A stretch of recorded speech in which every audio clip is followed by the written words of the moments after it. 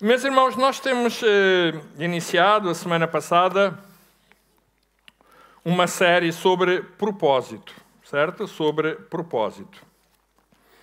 Deixe-me só fazer aqui uma breve introdução, para vocês poderem perceber aquilo que estamos a tratar. No mundo em que nós vivemos, nós temos três grandes cosmovisões. Cosmovisão é a maneira como nós vemos o mundo. A maneira como nós abordamos e vemos o mundo. E há mais, mas três grandes cosmovisões. Primeiro, temos a cosmovisão hebraico-cristã, que é a nossa, baseada nas Escrituras, certo? Maneira como cosmovisão hebraico-cristã. Temos a cosmovisão islâmica, a maneira como os islâmicos veem o mundo. E temos uma outra terceira cosmovisão, que é a cosmovisão humanista. Certo? Cada uma destas cosmovisões tem uma perspectiva do homem, do mundo, da sociedade, da família e do homem em si. A acrescentar de que a hebraico-cristã e os islâmicos têm um ponto comum. É que eles acreditam em Deus. Mas os humanistas não.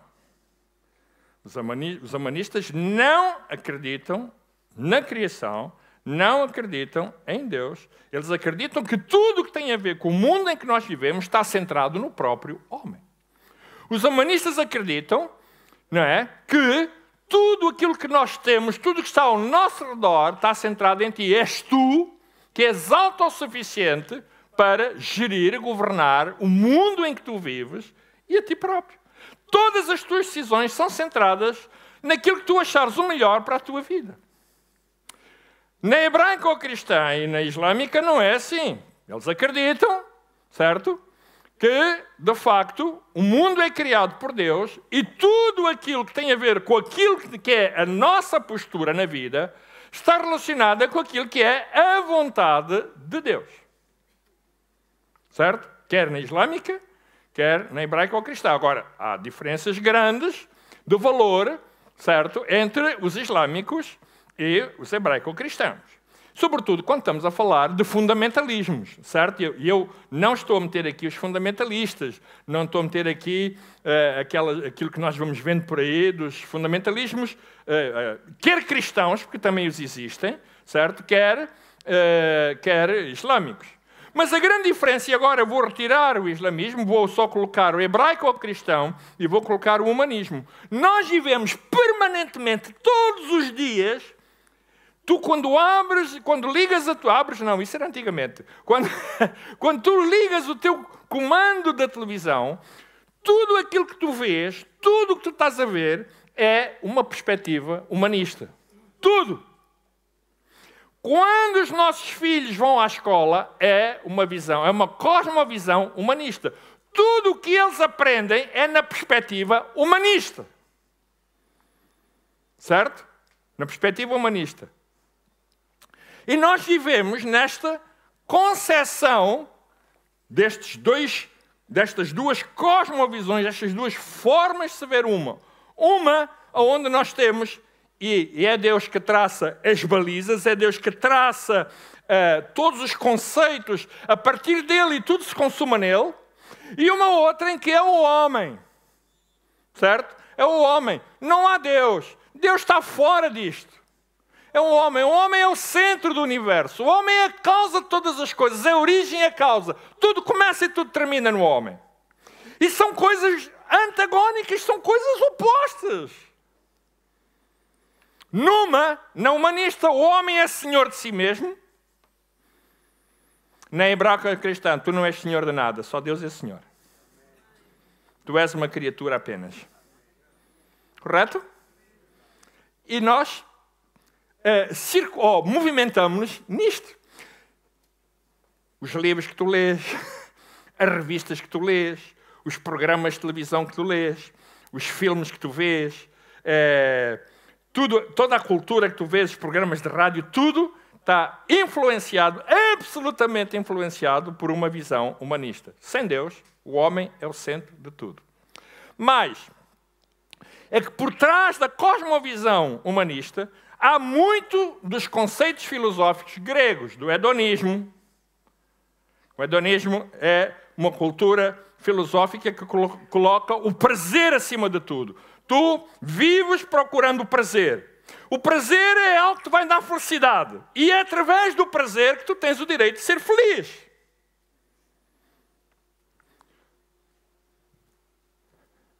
O narcisismo. O culto do individualismo, do belo. Certo? Do belo.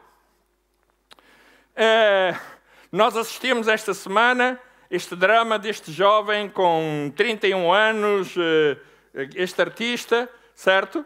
Que está no hospital, teve em coma induzido. Vocês sabem porquê? Porque o culto do corpo, do belo, tomava injeções de testosterona, certo? Então, as revistas desta semana, eu e a minha mulher tivemos a ver, mostrava o corpo do rapaz. Uau!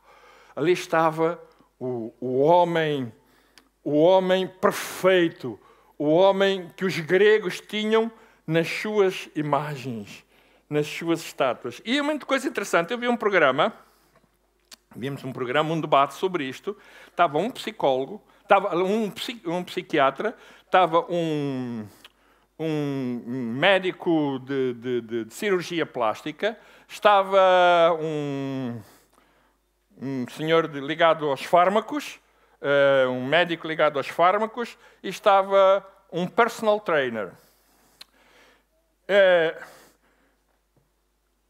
O psiquiatra disse o seguinte: o medo da insignificância, que é o termo usado na psiquiatria, mostra-nos que as pessoas têm medo de não serem valorizadas, não se tornarem significativas no mundo em que nós vivemos. Ele disse mais: as grandes narrativas comunitárias transitaram para o individualismo. Ou seja, numa cultura anterior a nós, ou pós-moderno, certo? Os valores estavam centrados no comunitário. Hoje não, está centrado no homem, centrado em si próprio. Aquilo que te dá prazer e que te torna feliz, segue. Não interessa o restante, segue. E o personal trainer, interessante, ele disse assim: o momento de glória não compensa o risco em que se aproveita o corpo. O momento de glória não compensa o risco em que se aproveita o corpo. Foi o caso. Tens um momento de glória, mas sabes o que é que dizia? Estava o psiquiatra a dizer que nas suas consultas tem muita gente, homens e mulheres. As mulheres no sentido contrário. As mulheres são anoréticas. As mulheres não querem comer. Porque o belo é osso e pele. Certo? É osso e pele, né? O belo é osso e pele. Quanto mais osso e pele tu tiveres, melhor. Nós sabemos muitas pessoas jovens com 20 anos, 21, morreram com anorexia. Mas o homem não. O homem, o belo, é massa muscular.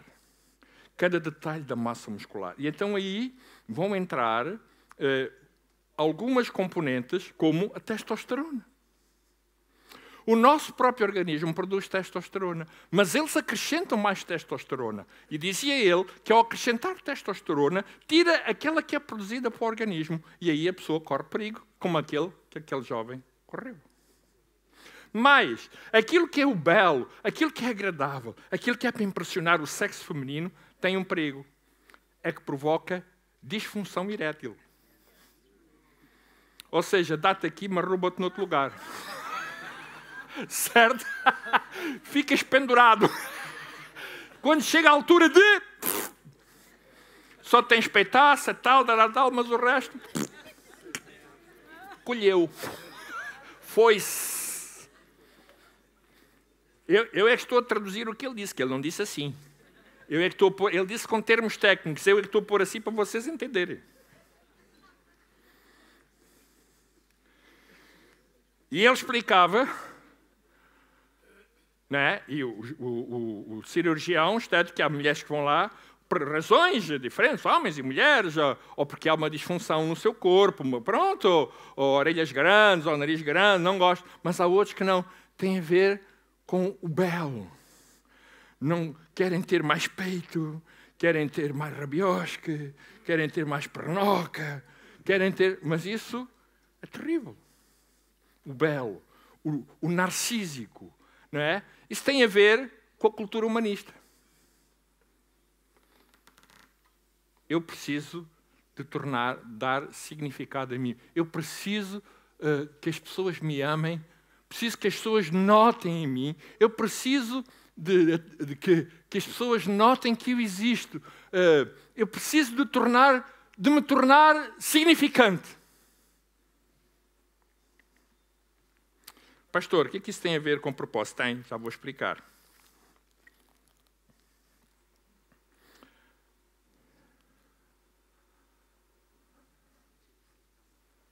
Hã? Não é pilha nada. Ah, já está. Espera aí. Está ligado. Vê lá, Roger, faz favor. Está assim. Agora é que está ligado? É? Vê lá. Tá? Ok. Volta lá atrás, faz favor. Ok, obrigado. Então, dentro de uma perspectiva hebraico-cristã, e é nisso que vamos falar, nós precisamos ali, o que está ali, o título é 6 princípios que regem o nosso propósito. Eu disse a semana passada que o propósito tem a ver com o sentido existencial. A razão pelas quais as coisas são criadas, certo? Por exemplo, uma cadeira, não é? Uma cadeira é criada para quê? Para que uma cadeira é feita? Para sentar. E se eu me puser de pé? O que é que acham? Serve? Serve, mas não é o propósito. Certo? A cadeira é para me sentar. Se eu fizer isto, ela serve, mas não é o propósito. Estou a estragar a cadeira. E mais, posso cair e aleijar-me. Certo? E nós vivemos entre o propósito e o serve. Epá, não é, mas olha, dá jeito. Certo? A nossa vida, né? Epá, olha, não é, ok, tudo bem, mas olha, epá, sabe bem, dá jeito, olha. É o chamado utilitarismo. Correto? Utilitarismo. Epá, ok, olha, dá jeito, vamos usar, não é? Não é assim? Pronto, dá jeito, vamos usar. Então, eu quero falar-vos, isto foi o propósito das coisas, e eu quero falar-vos, explicar, diz assim, 6 princípios que regem o nosso propósito. O que é o princípio? Princípios, diz, eu fui ao dicionário, não é? Eu fui ao dicionário, e diz que o princípio é a origem das coisas. Princípio, não é? A origem das coisas. Sabe, interessante pensar que o princípio tem a ver com a essência da razão pela qual aquilo foi criado. É o princípio. Certo? É o princípio das coisas. Mas há mais. Os princípios, também diz lá o dicionário, que tem a ver com a nossa conduta, com a nossa ética. Princípios não têm a ver só com a origem, com a essência, mas também é aplicada à nossa ética. Por exemplo, vou dar aqui um exemplo. Quando a Bíblia diz que nós devemos honrar pai e mãe, é um princípio. Porque tem a ver com a nossa conduta. É o princípio de honra. Honrar o nosso irmão, honrar. Quando a Bíblia diz que é para nós honrarmos o nosso irmão, é um princípio ético, é um princípio comportamental.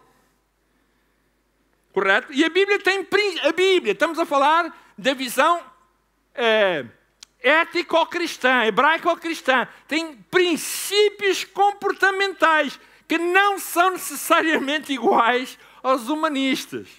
Por exemplo, eu vou dar outro princípio comportamental. Quando a Bíblia diz que eu me devo casar com uma só mulher ou mulher com um só homem, é um princípio comportamental. É um princípio de ética comportamental. Para o humanista, não. É enquanto der. Enquanto eu tiver prazer e felicidade.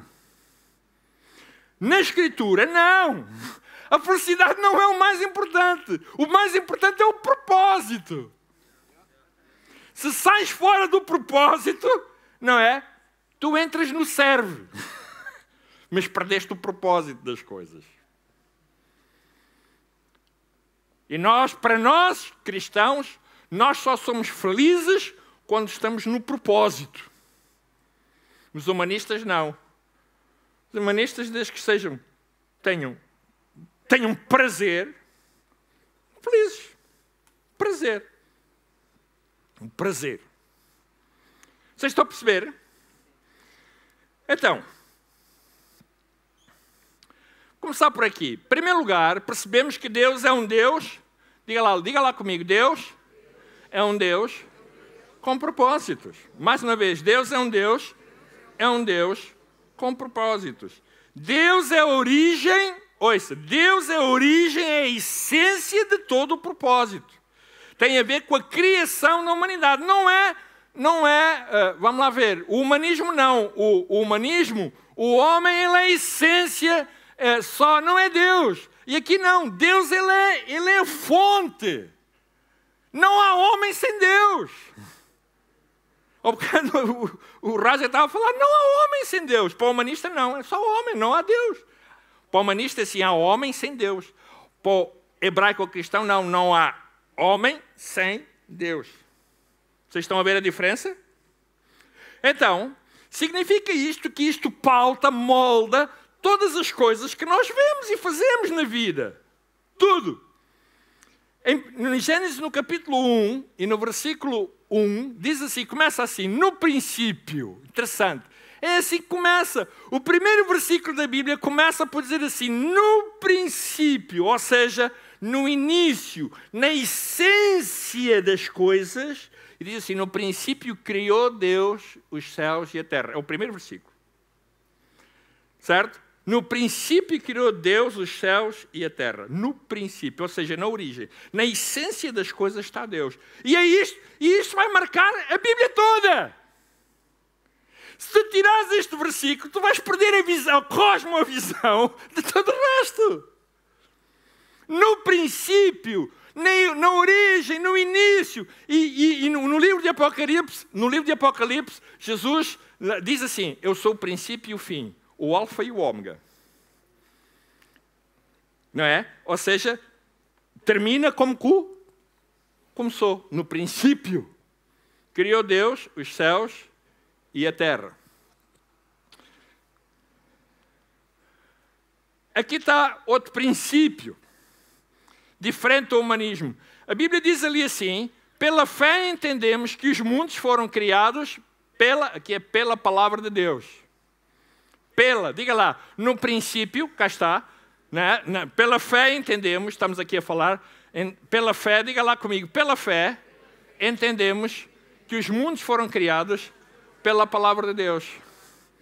E esta é outra coisa que colide com o humanismo, porque no humanismo isto não existe. Pela fé. O que é isso pela fé? Pá, isto está, não está. Ó Carlos, vem cá, ajuda cá a meter isto que isto está a saltar. Pá, isto parece o Sporting ontem a jogar futebol.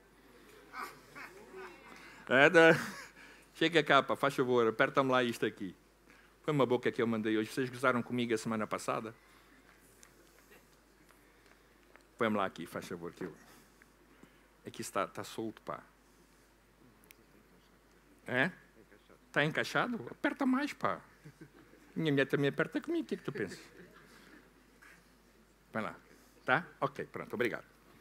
Então, parem bem. Pela fé, entendemos, é pela fé. Diga lá, pela fé. Eu quando dava aulas, os meus colegas diziam-me assim, ó Carlos, tu por acaso és capaz de me provar como é que Deus criou todas as coisas, como é que há Deus? Eu disse, olha, eu não provo nada. Não consigo provar. Porque é pela fé que tu tens o entendimento. Estás a perceber? É pela fé que tu tens. Ou é pela fé, então ninguém vai provar nada. Ou tu aceitas pela fé, ou então ninguém prova nada. Correto? Ou é pela fé, então não vais entender nada. Porque há pessoas que querem entender para ter fé. Jamais. Agora, se tu tens fé, tu vais entender. Há uma diferença. Vocês estão a ver? As pessoas que querem entender para ter fé nunca vão lá chegar, porque é impossível. Mas quando tu tens fé, tu entendes. Está certo? Vocês estão a ver a diferença? Por isso é que aqui está a dizer, pela fé, entendemos, na cultura, na forma, na cosmovisão hebraica ou cristã, nós só podemos entender as coisas criadas através da fé. Só através da fé. Por isso é que isso... mas como é que é possível? Eu não sei. Pela fé. Os meus colegas perguntavam, olha, tu também acreditas na Trindade? Acredito. Tu és capaz de me explicar a Trindade? Não, não sou. Porquê? Olha, é pela fé. Eu nunca vou conseguir. Pela fé, diga lá, pela fé. Mais uma vez, pela fé. Em Efésios... Tenho que voltar aqui atrás. Ok, não, é aqui. Peço desculpa. Diz assim, em Efésios 1, 9 a 11, desvendando-nos o mistério da sua vontade. Interessante. Olha, uma coisa importante é que para os humanistas não há mistérios. Tudo tem que ser explicado de uma forma racional e científica. Para nós cristãos, fé e mistério sempre andam presentes. Há coisas que tu nunca vais conseguir explicar. Há coisas que tu, se não for pela fé, tu nunca vais conseguir entender. Não vais. Como é que vamos conseguir entender? Tu nunca viveste na tua vida situações que tu não entendes, na tua relação com Deus, que tu dizes assim, eu não percebo porque isto está acontecendo na minha vida. Nunca entendeste? Nunca questionaste isto? Olha, isto aconteceu, porquê isto? Olha, é mistério. Tens que relacionar isso com a fé. Mistério e fé. Aliás, deixa-me dizer assim, não há fé sem mistério, nem há mistério sem fé. Diz assim, desvendando-nos o mistério da sua vontade, segundo o seu beneplácito que propuser em Cristo, de fazer convergir nele, na dispensação da plenitude dos tempos, todas as coisas, tanto as do céu como as da terra. Nele, digo, no qual fomos também feitos herança, predestinados, segundo, esta palavrinha aqui é muito importante, segundo o propósito, diga lá ali, leia comigo, o propósito daquele que faz todas as coisas conforme o conselho da sua vontade. Eu quero repetir, leia lá comigo, eu leio e eles me repetem, o propósito daquele que faz todas as coisas conforme o conselho da sua vontade. Certo? Tudo tem um propósito. Em Deus, tudo tem um propósito. Tudo. Certo? Tudo tem um propósito. Na vida, ouça bem, irmãos, o primeiro é que Deus é um Deus de propósito, vimos ali, Deus é um Deus de propósito. Em segundo lugar, é que tudo na vida tem um propósito. Tudo na vida tem um propósito. Todas as coisas, mesmo aquelas que nos parecem mais insignificantes, existem para cumprir um propósito distinto na mente de Deus e servem um propósito maior. Alô? Quando eu vou ao meu cabeleireiro, eu peço sempre a uma senhora, digo sempre, faz favor, corte-me os pelos do nariz e os dos ouvidos, para não parecer o António Costa. Certo? Corte-me os pelos do nariz e dos ouvidos. Quem são as senhoras que cortam os pelos do nariz? As senhoras não têm pelos no nariz, pô, não? Tem. A minha mulher tem. Não, tem pelos no nariz, coisa arranjar. Os ouvidos, a gente tem. Aqui assim os ouvidos e tal. Né? Então, mas sabe uma coisa, agora deixa-me contar-lhe isto. Pelos nos ouvidos ou pelos no nariz não é belo, pô, não é estético. Mas tem um propósito. Sabe qual é? Filtra as impurezas que respiramos e aquelas que podem entrar para os ouvidos. Não é belo, mas tem um propósito. Alô? Certo? Lá no ginásio eu vou, os irmãos sabem, eu vou ao ginásio. Não é? Eu já estou velho, já tenho 63 anos, mas tem aquela malta nova, leva lá a coisa, pá, tudo a depilar, aquilo tudo a depilar, toda coisa, tirar os pelos e tal. Só os que têm pelos lá é tudo pessoal da minha idade. Já com netos. Se a gente chegasse a casa sem pelos, a mulher não ia acreditar, nem os filhos, nem os netos que a gente tinha lá. Certo? Tudo tem, na vida, tudo tem um propósito. Até as coisas mais insignificantes. Né? Olha, no ambiente, tudo tem um propósito. Tudo. Os animais. Vocês sabem, há coisas que têm o chamado, no ambientalismo, aquilo que é chamado efeito borboleta. Ou seja, no efeito borboleta, aquilo que nós vamos falar é que a borboleta bate as asas aqui e vai se refletir lá no fim do mundo. Claro, isto é exagerado, mas o que eles querem dizer é que tudo que tem a ver com o ambiente, que possa acontecer aqui, se altera acolá. Tudo. Deus não criou nada, ouça bem, Deus não criou nada para ser belo, embora tudo que criou tenha beleza. A beleza em si mesmo não é um fim. Correto? A beleza só é beleza quando ela tem um propósito. Ela não é um fim. E o problema é que o humanismo coloca a beleza como um fim, coloca o estético como um fim. Certo? Dizer, pai, eu quero ser belo. Eu preciso... Daí o culto da filosofia grega, o narcísico, não é? O homem belo. Que é um fim em si mesmo. Na cultura hebraica ou cristã, não. Ser belo, a estética não é um fim. Deus faz coisas com estética, por favor, entendam bem. Mas não é esse o fim. Não é esse o objetivo. A terceira coisa, o terceiro princípio, é que nem todo o propósito é conhecido. Interessante. No livro de Deuteronômio, diz assim, o Senhor nosso Deus tem segredos que não conta a ninguém, mas estas palavras que revelou são para serem conhecidas e obedecidas por nós e por nossos filhos para sempre. Olha, isto é muito interessante. Diz assim, o Senhor nosso Deus tem segredos que não conta a ninguém. Vamos por assim, tem mistérios que não conta a ninguém. Certo? Mas estas palavras que revelou, aquelas que estão na palavra de Deus, são para serem conhecidas e obedecidas por nós e por nossos filhos para sempre. E cá está. A questão aqui é no obedecer, não é no entender. Deus não te está a pedir para tu entenderes. O que Deus te está a pedir é para tu obedeceres. Certo? Porque nós, na concepção, na cosmovisão humanista, nós ensinamos os nossos filhos a fazerem as coisas por entendimento. Mas às vezes nós precisamos de ensinar os nossos filhos a fazerem coisas por obediência. Porque a obediência vai trazer posteriormente entendimento. Há coisas que nós não temos suficientemente nem maturidade, nem capacidade para entender. Vocês sabem, explicar à minha netinha como se gera uma casa não faz sentido. Podes fazer os bonecos todos, ela nunca vai entender. Sabem porquê? Porque ela não tem maturidade para poder entender. Explicar a uma criança, explicar ao meu titico quando entra no hipermercado, porque é que não pode levar os doces todos, é impossível. Certo? É impossível, não é? É impossível explicar ao meu titico. Uma vez eu fui com ele aqui ao Leclerc, aqui o ano passado, o que é, levei-o, entrei, olha, ele gritou tanto, ficou no chão, estava assim no chão, lá no meio do chão, pôs-se no chão.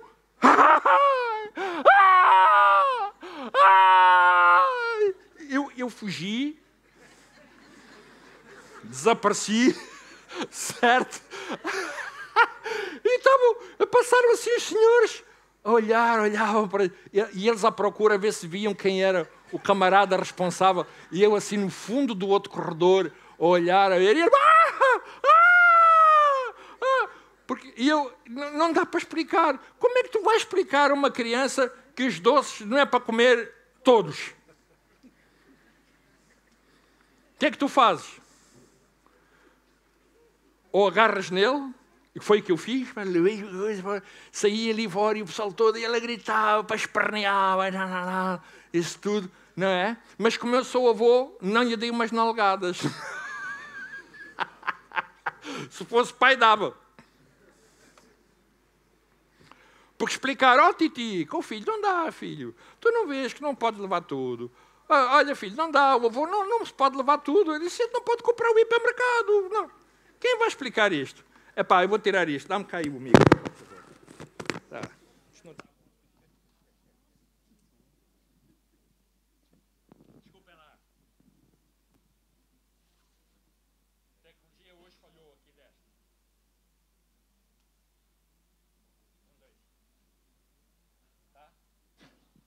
Tá? Ok, tá bom. Então, o que eu estava a dizer é, há coisas que nós só entendemos com maturidade. Há coisas que Deus só nos explica com maturidade. À medida que vamos crescendo, nós vamos entendendo coisas. Mesmo no início das coisas, do início da nossa fé, quando eu, há 43 anos, quando eu me converti, eu não entendia. Não percebia. Porquê? Porque não tinha maturidade. E não valia a pena estar a pedir a Deus que me explicasse, porque eu não ia entender. No longo do tempo, no percurso, uau, é verdade, isto assim, uau, fantástico, uau, muito bom. Tem a ver com isso.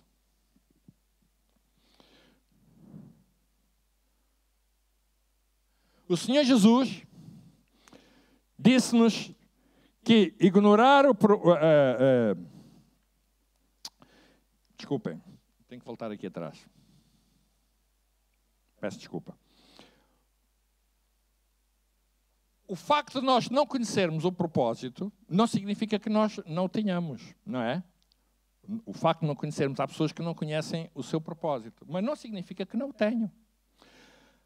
O que precisamos é, muitas vezes, de perceber que Deus tem um propósito e de buscarmos esse propósito para a nossa vida. Esse significado, não é? Milhões de pessoas, ouça bem, milhões de pessoas vivem hoje sem, no entanto, conhecerem o seu propósito. Eu tenho aqui um livro que eu leio, que faz parte do Ministério Celebrando a Restauração, que é faz parte, ou seja, nós usamos no Celebrando a Restauração, que chama-se Coração Ferido, que é de um psicoterapeuta chamado Dickens. Dickens. Este livro está esgotado. E Dickens diz assim. Ele diz assim, de acordo com muitos estudos, peço desculpa, ele é um psicoterapeuta, de acordo com muitos estudos, ouça bem, menos de 3% de todas as pessoas têm um propósito específico e uma meta na sua vida. Sem ele, propósito, somos como um barco sem leme. As tempestades da vida nos atingem, fazendo-nos balançar de um lado para o outro como uma rolha, sem saber para onde iremos parar. Para as pessoas que têm um propósito e uma meta, as tempestades podem golpeá-las um pouco, mas elas sempre retornam à posição. Elas sabem para onde vão e como chegaram lá. Usam todas as circunstâncias, boas ou ruins, como degrau e como uma maneira de se equipar melhor para chegar aonde almejam chegar. Esta é a diferença. É que pessoas que vivem sem propósito é muito mais que 3% para si. Só 3% das pessoas entendem o seu propósito na vida. E há muitos cristãos que não entendem. Não percebem. Eles não sabem o propósito. Até hoje eles não sabem o propósito.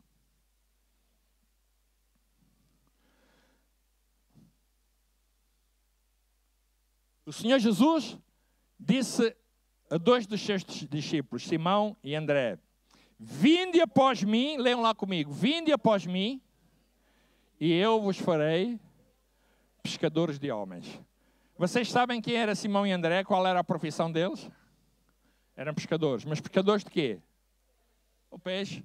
E Jesus disse assim, olha, vinde após mim, ou seja, sigam-me, eu quero fazer discípulos, eu quero fazer de vós meus discípulos. E ao fazer os meus discípulos, vocês vão mudar o sentido, vão perceber o significado da vossa vida no mundo. Ou seja, vocês ao serem meus discípulos, vocês vão perceber que o verdadeiro significado da vossa vida não está na pesca. O verdadeiro significado da vida não está na pesca do que vocês fazem aí no mar. Tem a ver com serem pescadores de homens. Certo? Jesus não anulou o facto de eles serem pescadores. O que ele disse é que eles precisavam, para além de serem pescadores, para além disso, ele disse, segui-me. Às vezes as pessoas pensam que o facto de seguirem, que isso anularia alguma coisa da sua profissão. Não, não! O que ele está a dizer e que está a explicar é que eles iriam encontrar o verdadeiro significado da vida. E quando nós nos tornamos discípulos de Cristo, não apenas crentes, porque um dos grandes problemas das igrejas evangélicas, de um modo geral na vida, no mundo em si, é que as pessoas são crentes, mas não são discípulos. Certo? Há pessoas que se convertem ao cristianismo e só, ou seja, elas adotam, a única coisa que elas têm na sua vida e que aceitam é todas aquilo que são as perspectivas cristãs da coisa, mas elas não são discípulas. E uma das coisas que o Senhor Jesus nos mandou fazer foi discipular o mundo. Discipular. Trazer propósito e significado e valor às coisas. O quarto princípio diz-nos que sempre que o propósito não é conhecido, o abuso é inevitável. O que é a palavra abuso? Abuso significa uso anormal ou de maneira irregular e desordenada. Olha, eu comecei por falar-vos sobre isto. Abuso desordenado. Vocês sabiam que a testosterona é importante? Quer homens, quer mulheres, nós precisamos de testosterona. O nosso organismo produz testosterona. E quando o nosso organismo não tem testosterona, nós temos fármacos orientados pelos médicos para nos darem testosterona. Mas quando nós, no caso do belo, do caso de querer significado, etc., e nós vamos, por nossa autorrecriação, e vamos dar testosterona, nós estamos a fazer o quê? Uso abusivo. Irmãos, vou dar aqui um exemplo, outro exemplo. Sexo é uma coisa boa dentro do casamento. Fora dele, terrível. Na cultura hebraico-cristã, na humanista, é o que tu puderes. Certo? É o que, na visão humanista, é o que vier à rede é peixe. Na hebraico-cristão, não. É tua mulher, teu marido. Estão a ver a diferença? Dentro do casamento. Dentro do casamento. Essa é a perspectiva. E por isso as pessoas dizem assim, eu lembro quando eu estava na escola, quando eu dava aulas, eu tinha colegas, não é, que me desafiavam para outras aventuras, e eu dava-lhes sopa, e elas diziam-me assim, Carlos, tu não me digas que tu és mesmo absolutamente fiel à tua mulher. Sou absolutamente fiel. Não tenho outra hipótese. Absolutamente fiel. Sabem porquê? Porque eu tenho princípios estabelecidos na palavra de Deus sobre honra, fidelidade e amor ao meu cônjuge. Não é o prazer que conta. Eu me lembro uma vez, a minha mulher sabe estas histórias, eu chegava a casa, eu chegava assim, filha, olha, hoje houve uma colega que me convidou para dar uma curva.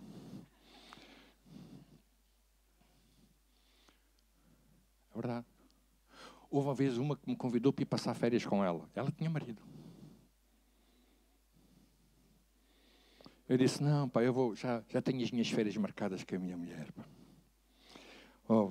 Já não dá para passar férias com mais ninguém. Com a minha mulher. É pena. Pois, olha, o que é que tu queres? Paciência. Olha, arranja outra.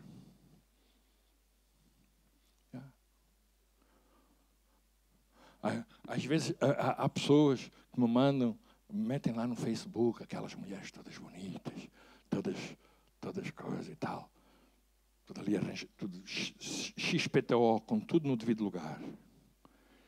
E mandam para mim. Um dia escrevia que a minha mulher sabe quem é, escrevia a dizer assim, não me tornes a mandar isto. A minha caixa de e-mails não é lixo. Não é chiqueiro.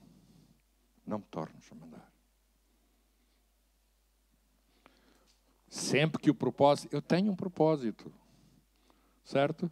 A felicidade, ouça bem, a felicidade do meu casamento não está no prazer que ele produz.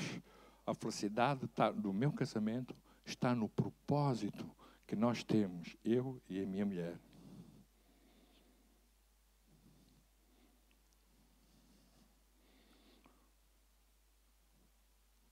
O desconhecimento de um propósito leva-nos a usar de forma irregular e desordenada o dinheiro, sexo, alimentação e tudo mais.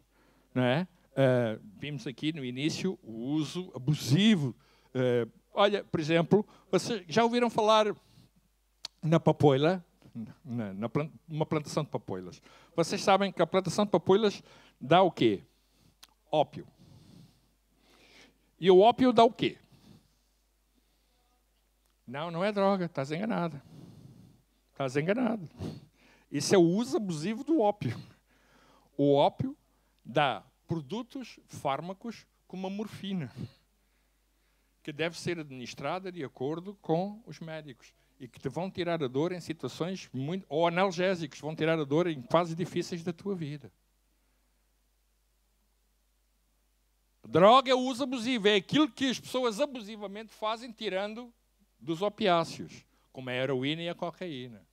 Mas isso é abusivo. Vocês estão a entender? É abusivo. Por exemplo, um copo de vinho, um copo de vinho à refeição. Um copo, estou a falar um copo, não estou a falar um jarro. Não é? Estou a falar... É que alguns têm, não é? Têm um jarro, não é? Não, eu estou a falar um copo, estou a falar uma garrafinha de vinho, daquelas assim, de quantos decilitros aquilo? 3,75, olha, até sabe. 3,75, 3,75. Que bênção, com bacalhau. Maravilha, maravilha, 3. Mas se for um 10,75... 7,5, é o uso abusivo. Vocês estão a entender a diferença? Olha, eu bebo 2 cafés por dia. Bebo 2 cafés por dia. Ótimo. Eu bebo um depois do pequeno almoço, de manhã, e bebo outro depois do almoço. Ótimo. Mas eu conheço pessoas que bebem 15.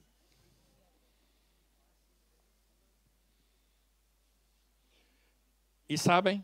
Algumas já me disseram, Carlitos, quando eu não bebo, eu fico todo a tremer. Disse, olha, já está. O vício é o uso abusivo.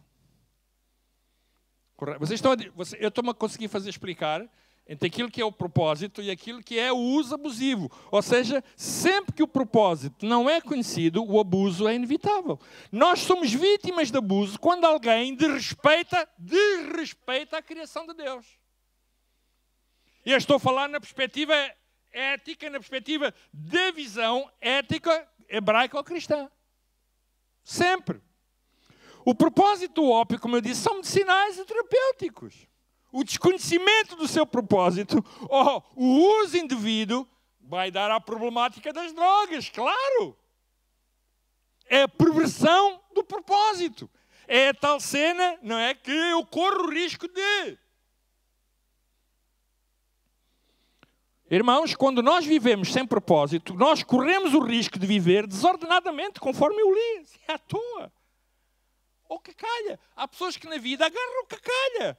Não é? Agora é aqui, agora é acolá, olha, agora é este homem, agora é aquela mulher, agora é aquela namorada, agora é aquele, agora é aquela, agora é desordenado.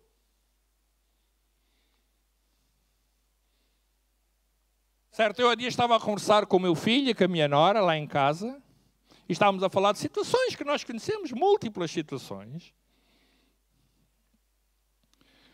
de pessoas que se divorciam, cristãos que se divorciam, etc. E eu estava a explicar, disse, olha, vocês sabem, o Bruno sabe, eu e a minha mulher já tivemos muitos desentendimentos, situações terríveis na nossa vida. As nossas personalidades, as nossas maneiras de ver eram incompatíveis, isso, até hoje, para uma carga de trabalhos, pá. Mas sabe uma coisa? Aquilo que nos mantém juntos é o propósito. Certo? E é ótimo. É o propósito. Temos um propósito. Espera aí, o Senhor nosso Deus, Ele juntou-nos. Não é aquela cena, pastor, eu deixei de ser feliz, o meu casamento deixou de me dar prazer, o meu casamento, não, pastor, olha, eu tenho direito à felicidade, não é? Tenho direito à felicidade. Isso é na visão humanista. A felicidade está no teu propósito.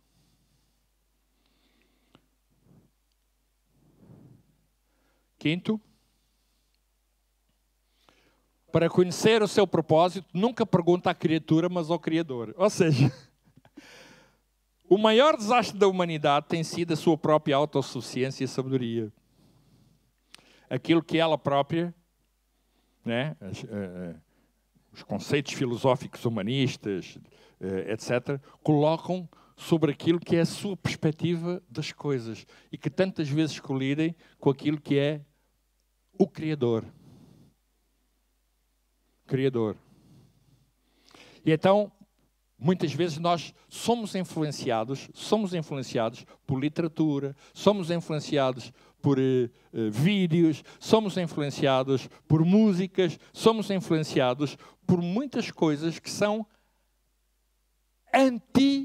anticristãs. Vai contra os teus valores. Vai destruir a tua fé. O objetivo é esse mesmo, destruir a tua fé. É afastar-te do propósito. É roubar-te o propósito. É fazer com que tu nunca percebas qual é o propósito que Deus tem para a tua vida. Fazer isso. E às vezes usa circunstâncias.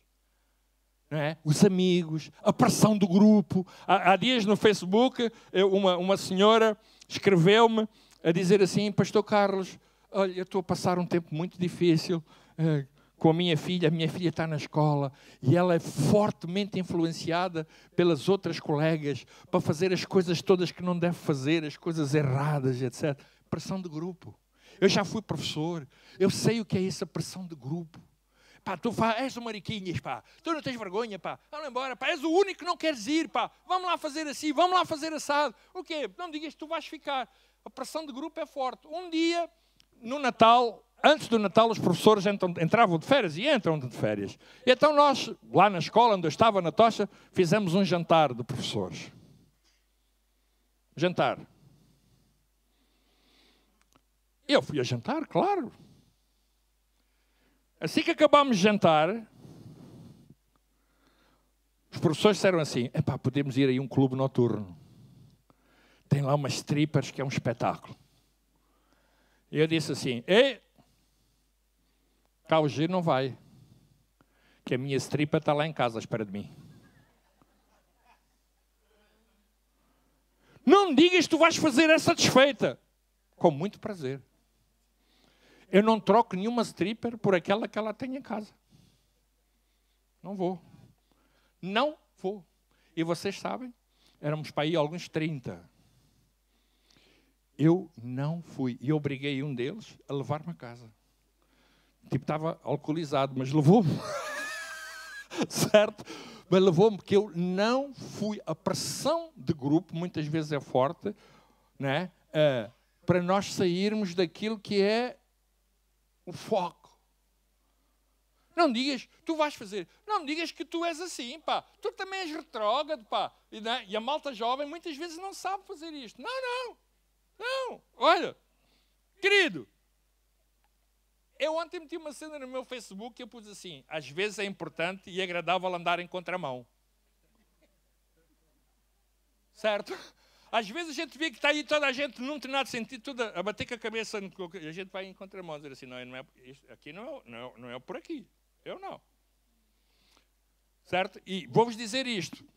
Eu converti-me quando tinha 20 anos, 20 para os 21. Eu era descrente, portanto, não tinha nenhuma ética cristã. Nenhuma. Era, pronto, conhecia Cristo. E eu tinha vida sexual com mulheres. Quando eu me converti, acabou. Eu percebi que a minha vida aí mudou. E sabe uma coisa? Durante os 3 anos eu converti-me com 20 anos. E só quando eu me casei com a minha mulher é que eu tornei a ter vida íntima sexual com a minha mulher. E desforrámos.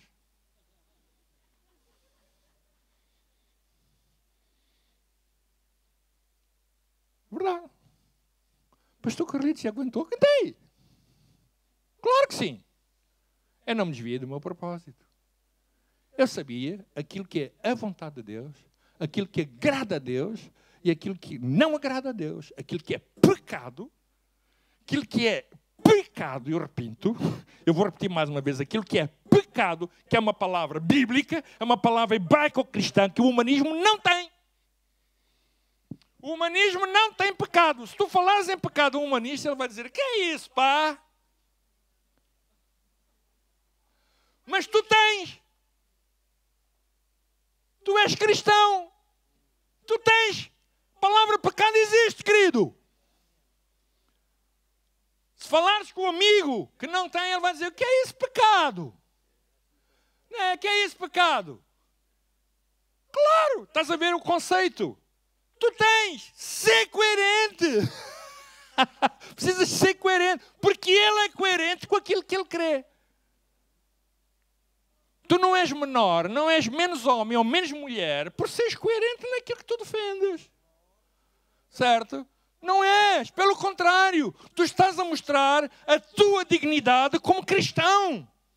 Estás a defender os valores que tu tens na perspectiva, na cosmovisão hebraico-cristã. Alô? Não tem problema. Eu dizia aos meus amigos, não! O não é uma coisa importante. O não é uma palavra também pedagógica. O não muitas vezes leva-nos a um nível superior. Dizer não ao pecado. Dizer não àquilo que nos afasta do propósito. Dizer não àquilo que nos leva à miséria. Não! Não é uma palavra boa. Eu não preciso perguntar aos meus amigos, alguns dizem-me assim, até cristãos, mas pastor, tem mal? Não, há coisas que não têm mal. Sabe, Paulo ele dizia aos Coríntios, nem tudo me... Eu posso todas as coisas, disse ele assim, tudo me é lícito, mas nem tudo me... Não foi que Paulo disse aos Coríntios? Tudo me é, mas nem tudo me... A questão aqui não é se é bom ou se é mau, é produz vida. Se produz vida, ótimo. Não produz vida, basta. Mantém-te no propósito, ótimo. Afasta-te do propósito, fora. Não é se é bom ou se é mau. Há muitas coisas boas que nos afastam do propósito. Certo? Porque a nossa perspectiva muitas vezes é orientada de uma forma adâmica. Entre o bem e o mal. Entre o conhecimento do bem e do mal. O problema do homem não foi o conhecer o bem e o mal. É que ele perdeu, como ele disse, a vida. O conceito muitas vezes humanista... Né? É visto nesta perspectiva. O que eu lucro e o que eu perco. Aqui não. Aqui é o que é que te mantém no propósito e o que te afasta dele. Adão afastou-o do propósito. E foi preciso ver Jesus. Sabe porquê que Jesus veio? Jesus veio para restaurar todas as coisas dentro do propósito que se havia perdido e para o qual Deus havia criado. Alô? Então não são os outros que têm que me dizer o que quer que seja. E há um texto da Bíblia que diz assim, pode porventura um cego guiar outro cego? Não cairão ambos na cova? Não foi o que o Senhor Jesus disse? Olha, meu amigo, vou-te ensinar uma coisa. Nunca perguntes a um cego o caminho. Vocês dois vão cair na cova. O que tu vês, não vais perguntar ao cego. Os humanistas são cegos. Certo? Pastor, eu conheço gente humanista muito boa. Eu também. Mas não são eles que me orientam o caminho e o meu propósito. Correto? Vocês entendem a diferença? Olha, na quinta-feira passada, eu fui jantar com muitos amigos da minha infância, que não via há mais de 40 anos. E eles acompanham-me no Facebook. E surgiram, claro, eles sabem que eu sou pastor, surgiram duas perguntas. Uma, dita por uma pessoa que não é católica, que pôs assim, Carlitos, a minha mãe é católica, diz que é cristã convicta, mas tem um medo da morte do caraças. Pá. Como é possível um cristão ter medo da morte? Eu pensava que não teria. Eu disse, de facto. Quando nós temos um relacionamento forte com Deus, comunhão íntima com a morte não é um problema para nós. Alô? Quando a nossa comunhão não é forte, quando a nossa comunhão, a morte, é um problema. A segunda pergunta que eles me fizeram foi, por que tu és um pastor? O que é que te levou a deixar o ensino para seres um pastor? Eu disse assim, olha, há coisas que eu não vos consigo explicar de uma forma racional. Porque só pela fé nós entendemos. E se calhar aquilo que eu vos vou dizer não é perceptível nem não é entendido da mesma maneira. Mas olha, quando Deus me chamou, Deus chamou-me para eu ser um pastor. Eu tive uma chamada, eu tive um impulso vocacional para ser um pastor. E todos eles respeitaram muito bem. Quando saímos todos, não é? Houve um que é católico, estava a passar um momento de crise, tal, ele disse, Carlitos, eu ando meio perdido, e até eu disse assim, olha, quando precisares de um pastor para além de um amigo, chama-me que eu estou aí.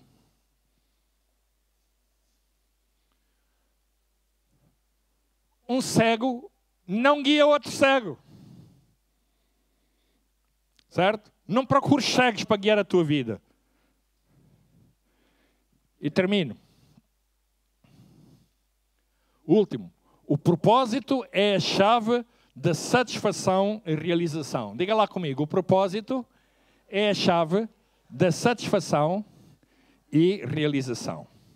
Quando conhecemos o nosso propósito, sabemos o que fazer. Como fazer e por que fazer. É o que dizia aqui Dickens. Tu não andas, tu não ficas perdido a ir para qualquer lado. Não. Tu até podes passar por um momento difícil, e passamos de crise, mas tu sabes, ficas bem focado. Estás bem orientado. Tu sabes para onde estás a ir. Certo? Ficas ali. O propósito, ouça bem, isto é muito importante. O propósito é que dá significado à nossa vida. Como dizia aquele psiquiatra, ele dizia, as pessoas hoje estão em busca de significado. Estão em busca. As pessoas vão aos meus consultórios em busca de significado. Ele disse, vão à procura de busca de significado. Busca. Elas precisam de significado, elas não têm significado. Se nos separarmos do nosso propósito, se nos afastamos dele, a nossa vida, a tua vida será superficial. E tudo aquilo que acontece na tua vida será mais importante que todas as razões principais e que estão relacionadas com o propósito de Deus para a tua vida. Qualquer coisa que possa surgir é mais importante. Porquê? Porque tu não conheces bem o propósito. Então, qualquer coisa tu trocas. Foi um pouco como Isaac e Esaú. Não é? Por causa de um prato de lentilhas. Não é? Repare bem, Esaú era o primogênito. Era ele que tinha o direito de primogenitura, de bênção. Mas Esaú, ele não percebeu o propósito. E ele trocou o propósito por causa de um prato de lentilhas, por causa de uma refeição. Como dizia aquele rapaz, não é? Lá do ginásio, personal trainer, e vou ler, termino com isto. O momento da glória não compensa o risco em que se aproveita o corpo. Eu vou pôr assim. O momento de glória não compensa o risco em que vai-se perder o propósito. Tu tens um momento de glória. Tu tens uma noite, um dia, uma tarde de prazer. Tu tens um dia a teu belo prazer, mas tu vais perder o propósito. Tu podes ter 1 ano, tu podes ter 2 anos de glória. Tu podes ter 3 anos de glória. Tu podes ter 4 anos de glória. Podes ter 10 anos de glória. Mas tu perdeste o propósito. E lá mais à frente, tu vais descobrir, perdeste tudo que daria significado à tua vida. Entendes?